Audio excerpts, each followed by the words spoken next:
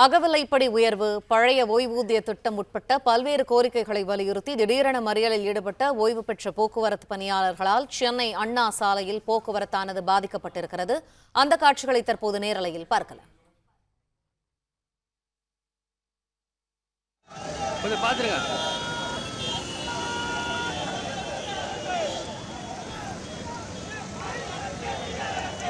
இது தொடர்பான மேலும் தகவல்களை எமது செய்தியாளர் சரவணகுமார் வழங்க கேட்போம். சரவணன், வணக்கம். விரிவான தகவல்களை பகிர்ந்து.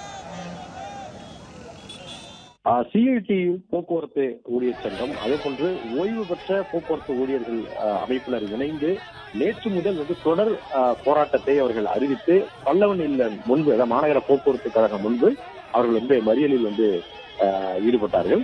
அதுல முக்கியமான கோரிக்கையாக அவர்கள் 15வது ஊதிய ஒப்பந்த அதன் முதல் 1/9/2023 முதல் நிலுவையில் இருப்பதை வழங்க வேண்டும் என்றும், அதே போன்று 2023 ஓய்வு பெற்ற தொழிலாளர்களுக்கு இந்த பணப்பலன்கள் அவர்கள் வழங்க வேண்டும் என்றும், அதே போல பணியில் உள்ள தொழிலாளர்களுக்கு 12 மாதத்திற்கான அந்த டிஏவை அவர்கள் வழங்க வேண்டும் என்றும், அதே போன்று 2003க்கு பின்னர் பணியில் சேர்ந்த தொழிலாளர்களுக்கு தேர்தல் வாக்குறுதிப்படி பழைய பென்ஷன் வழங்க வேண்டும் உள்ளிட்ட இந்த கோரிக்கைகளை வலியுறுத்தி இந்த போராட்டத்தை அவர்கள் அறிவித்திருந்தார்கள். நேற்றைய தினமே தொடர்பாக முதற்கட்டமாக ஒரு பேச்சுவார்த்தை தலைமை செயலர் நடத்தப்பட்டது.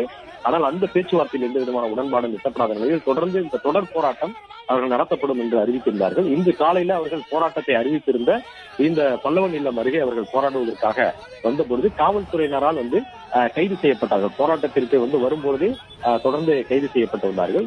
தற்போது கைது செய்யப்பட்டவர்கள் ஒரு பக்கம் அவர்களை கொண்டு செல்லக்கூடிய நிலையில் கொண்டு சென்று மண்டபத்தில் தங்குவதற்காக கொண்டு சென்ற நிலையில் தான் மற்றொரு பகுதியினர், அதாவது போக்குவரத்து ஊழியர் சங்கத்தினுடைய சிஐடியு தொழிற்சங்கத்தினர் தற்போது இந்த சிம்சன் சந்திப்பு, பெரியார் சிலை அருகே சிம்சன் சந்திப்புல அண்ணா சாலையில மறியலில் ஈடுபட்டிருக்கிறார்கள்.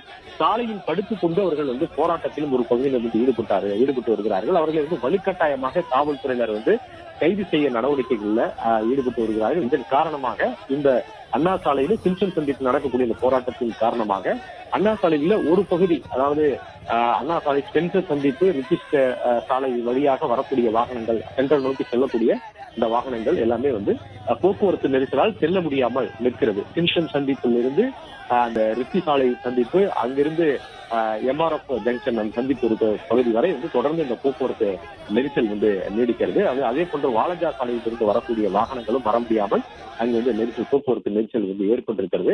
எனவே இந்த போக்குவரத்து நெரிசலை சீர் செய்வதற்கு தற்போது காவல்துறையினர் அந்த போராட்டத்தில் ஈடுபடுபவர்களை தொடர்ந்து கைது செய்யக்கூடிய நடவடிக்கைகளில் ஈடுபட்டிருக்கிறார்கள். இதுல ஓய்வு பெற்ற போக்குவரத்து ஊழியர்களும் அந்த போராட்டத்தில் அவர்களும் பங்கேற்றிருக்கிறார்கள்.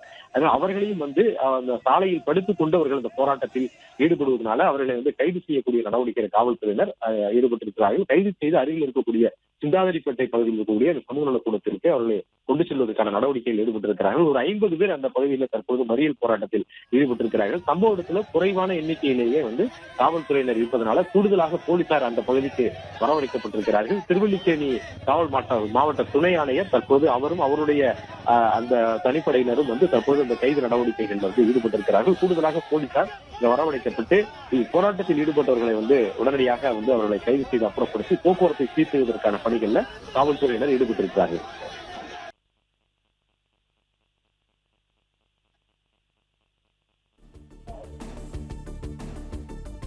நன்றி சரவணன், விரிவான தகவல்கள்.